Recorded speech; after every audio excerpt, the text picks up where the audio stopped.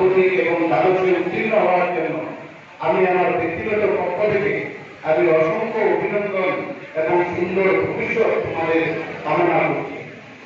আমরা আজকে এখানে বলতে চাই, আজকে যে যুব মোর্চার উদ্যোগে এই অনুষ্ঠান, আমরা প্রতি বছর এই অনুষ্ঠান করে থাকি।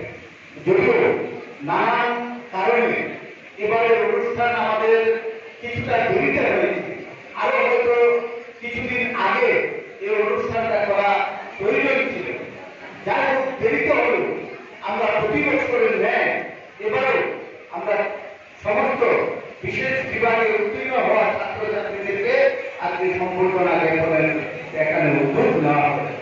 আমাদের আজকের এই উদ্যোগ আমাদের তোমাদের এই ফলাফলে আমাদের কোনো ভূমিকা নেই, আমরা কোনো ভূমিকা রাখতে পারিনি যে আমাদের কোনো ভূমিকার কারণে তোমরা সফল হয়েছ।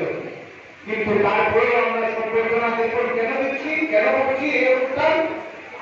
আমাদের এই সম্বর্ধনা জ্ঞাপন অনুষ্ঠানের মাধ্যমে তোমাদেরকে আমরা উৎসাহ প্রদানের চেষ্টা করছি, যাতে এই উৎসাহকে আগামী দিনে তোমরা আরো ভালো ফলাফল করো, আরো ভালো করে পড়াশোনা করে নিজেকে আরো ভালো জায়গায় নিয়ে প্রতিষ্ঠা করতে পারো, আরো ভালো রেজাল্ট করতে পারো, আরো ভালো মানুষ হিসাবে নিজেকে গড়ে তুলতে উদ্দেশ্যে আমি বলতে চাই, তোমাদের যে বয়স একটা সন্ধিক্ষণে, জীবনের সন্ধিক্ষণে এসে তোমরা দাঁড়িয়েছ।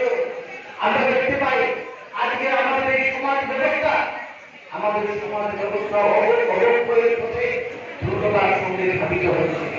আজকে তোমরা যারা ছাত্র সমাজ আছে, তারা লেখাপড়ার পাশাপাশি নিজেকে যদি একজন সঠিক মানুষ হিসেবে গড়ে তুলতে পারো, তবে অবক্ষয়ের হাত থেকে আমাদের এই সমাজকে রক্ষা করা সম্ভব।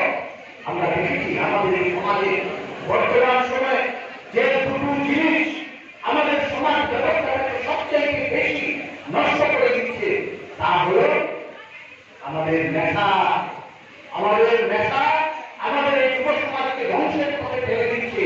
দ্বিতীয় হল নারী নির্যাতন, মহিলাদের প্রতি অবহেলা, অবজ্ঞা। এই দুটো জিনিস আমাদের এই সমাজ ব্যবস্থাটাকে ধ্বংস করে দিচ্ছে, সমাজকে অবক্ষয়ের পথে নিয়ে যাচ্ছে। তা থেকে উত্তরণের পথ কি? তা থেকে উত্তরণের পথ আমি মনে করি যারা ভবিষ্যৎ প্রজন্ম, তোমরা যারা এখানে বসে আছো তারা, কারণ তোমরাই আগামী দিনে এই সমাজের ধারক বাহক হবে। আমরা যারা এখানে বসে আছি, যারা গার্জিয়ান আছে, আমরা একটা পর্যায়ে পার করে ফেলেছি, কিন্তু আগামী দিনে এই সমাজের ধারক বাহক তোমাদেরকে হতে হবে। তাহলে কি করতে হবে?